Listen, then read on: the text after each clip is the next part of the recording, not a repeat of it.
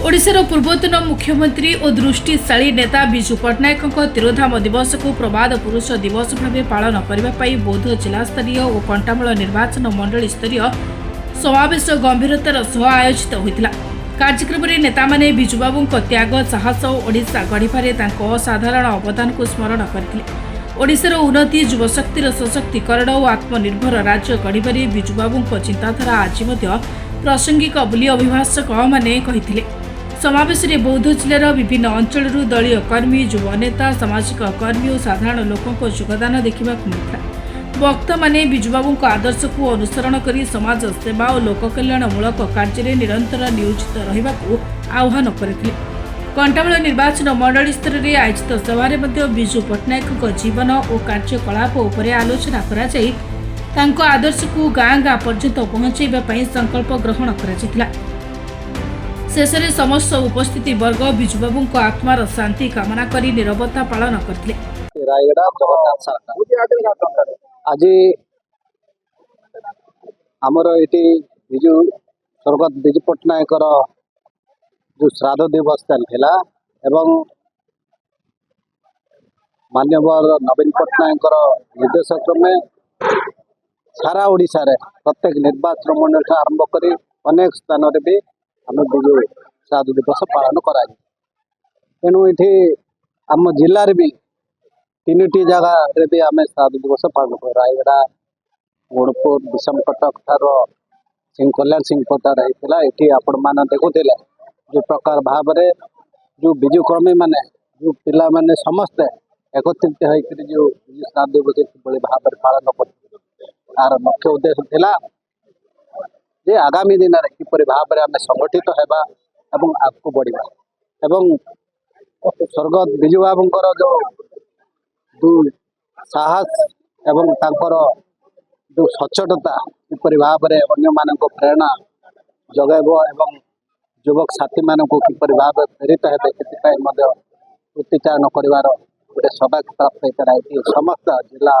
कर्मकर्ता समस्त उपस्थित थी विजु बाबूंकर विषय अनेक आलोचना चक्र होता। तेणु कल्याण सिंहपुर ब्लॉक समस्त कर्मकर्ता मान बहुत बहुत धन्यवाद दूसरी एत संख्यार हजार हजार संख्यार जोगदे जो स्मृतिचारण कर जो आलोचना चक्र कर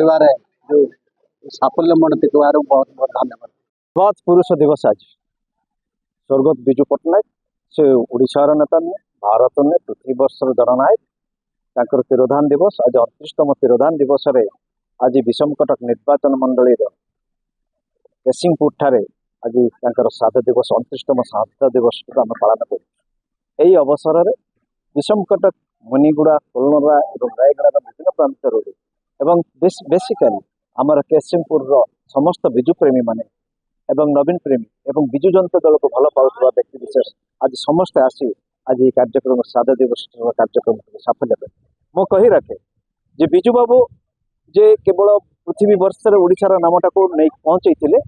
एवं कलिंग पुरस्कार गोटे करा जाइथिला नोबेल पुरस्कार भड़ी कलिंग पुरस्कार अंतर्जातिक पुरस्कार जितेबले से मात्र 32-33 वर्ष होते से प्यारिस जाइथिले प्यारिस ठारे से जितेबले से प्यारिस जे सर्वोच्च कर्ता ताको कही जे ओडिशार पूर्वतम नाम कलिंग नाम गोटे पुरस्कार दि जाओ एवं सही समय आवश्यक थिबा 1000 पाउंड टंका सांगे धरी जाइए से जो लोक देखते ये युवक अध्यम साहसी